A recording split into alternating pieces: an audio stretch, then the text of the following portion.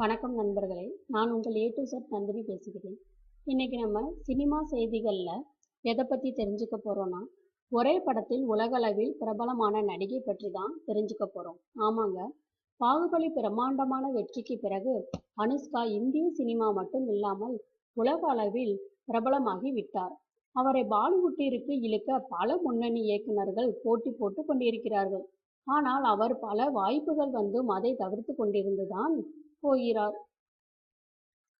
இந்நிலையில் இயக்குனர் நிவாஸ் இயக்கும் ஜீவனைல் என்ற படத்திற்கு அனுஷ்காவிடம் கதை சொல்லப்பட்டது.